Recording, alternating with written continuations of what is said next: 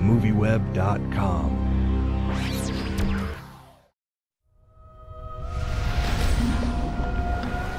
This is my home. We have fishing, hunting, and a charming view of the sunsets. The only problems are the pests. You see, most places have mice or mosquitoes.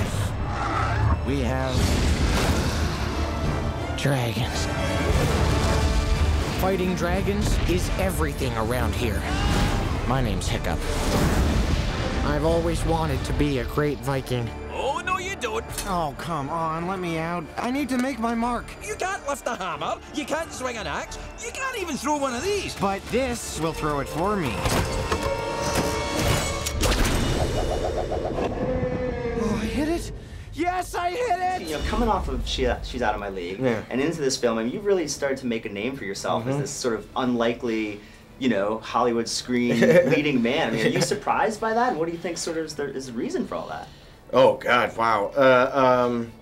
Well, I'll say I'm definitely not surprised, because in my mind, I was always Pierce Brosnan or something, and my mother's been I've been my mother's favorite movie star forever. So it's always I just took you guys long enough. No, yeah, I guess I don't know. I don't know what the reasoning is. I hope it's just because they like what I'm doing and they like watching me. But yeah, I don't know. Maybe skinny's the new fat. So I wanted to ask you. I mean, you really get the opportunity to be a romantic lead in the film to Hiccup. What was that like to sort of get to be the the female romantic lead?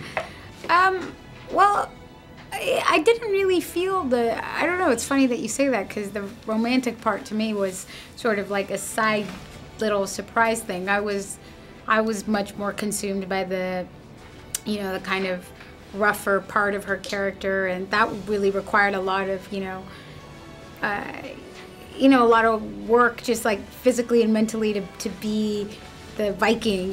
That we had the whole minutes of just like grunting and yelling and Viking, and you're dodging a dragon, now you're dodging a boulder, and now you're jumping, so now you're falling, and now scream. So I was more like, felt like the action hero in this movie, and more so the romantic lead in Betty or in Our Family Wedding. So, but yeah, the romantic stuff is sweet, and I like that she got to be both, that she got to be like the partner in crime and the romantic lead. Yeah. Oh, come on, let me out, please. I need to make my mark. Oh, you made plenty of marks, all in the wrong places. Please, 2 minutes. I'll kill a dragon. My life will get infinitely better. I might even get a date. You can't lift a hammer, you can't swing an axe, you can't even throw one of these. Okay, fine, but this will throw it for me. Oh! Your character really is trying to train Hiccup and show him the ways of being a Viking and all this, and so it's obviously very frustrating for your character at some points, but then Hiccup starts to get the hang of it. And well, the character that I play is kind of Hiccup's coach, his teacher, but he's also kind of like an uncle. He loves the kid. So I think the frustration that he feels that he loves this kid, he wants him to do well, but clearly this kid doesn't excel in the way that other kids excel, and he has to be accepting of that, so he has to deal with his own impatience. But it's established very early on that the relationship is very affectionate between the two of them, and the way that it's wrapped up at the end is just beautiful. So I think the frustration is he loves the kid and he wants him to do well.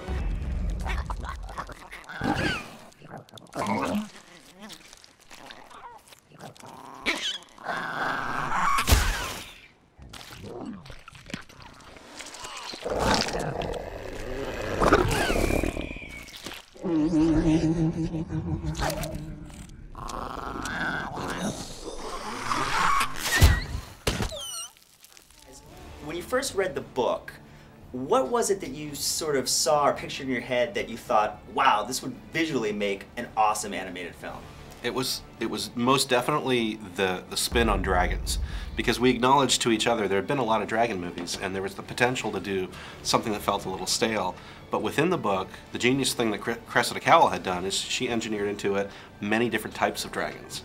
And so the potential to put personality into every one of those and different attributes and different types of fire, that immediately became like, okay, this is the defining thing. This will make our movie stand out.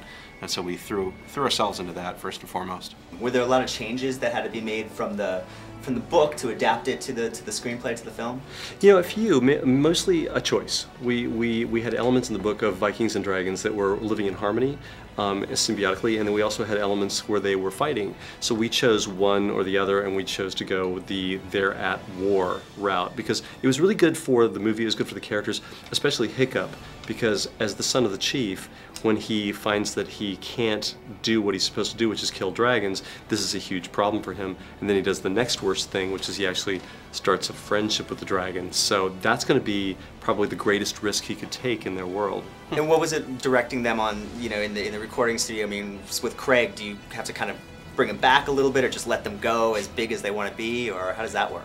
Well, we're very lucky because so many great comedians were cast on the movie.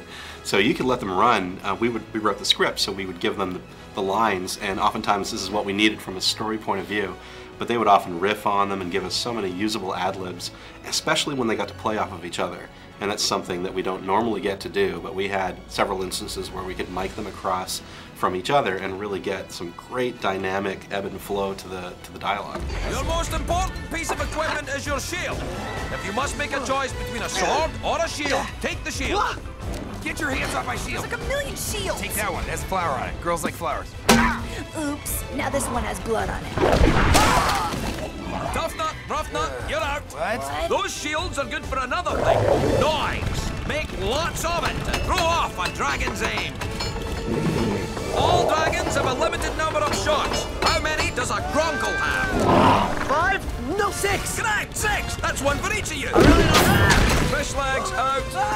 And I was talking to Chris and Dean earlier, and they mentioned that in this film, you guys actually had an opportunity to act opposite other actors in the studios at some point. So I know that's a lot different than a lot of animated movies get to do. Could you talk about how that maybe changed for you as an actor? Yeah, well, for the most part, you recorded in isolation, kind of. But I was lucky enough to get to play around with Gerard and Craig and America, and what that does is like each actor has their own unique cadence and energy and rhythm to the way they speak, and so when you get to work with them, it informs what you're doing and what you're going to do. And so every time that I would go and have to play one of the scenes where I'd be working with them, I remembered exactly what they sounded like. It made me way better just to be able to work with them, and they're all just huge talents. So I got to do a session with Jay and Jonah Hill, and that was the first time I got to work with anyone else in the room, and it gave me a real sense of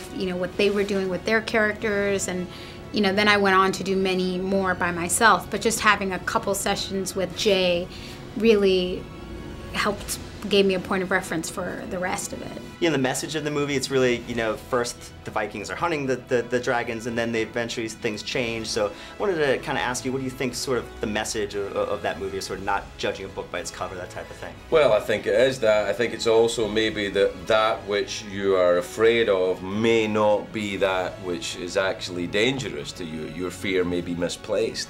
Or maybe the thing that you're frightened of could be to your advantage if you looked at it in a different way. So I think it's a very strong and kind of uplifting film, I think. But it's uplifting without being sappy.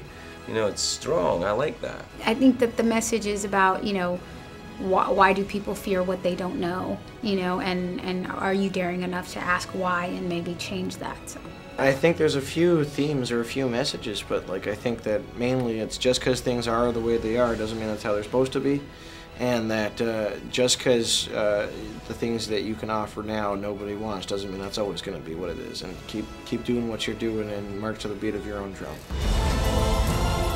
Either we finish them or they'll finish us. Everything we know about them is wrong. Yeah! You're crazy. Let me show you, gently. Thank you for nothing, you useless reptile. DreamWorks How to Train Your Dragon in 3D.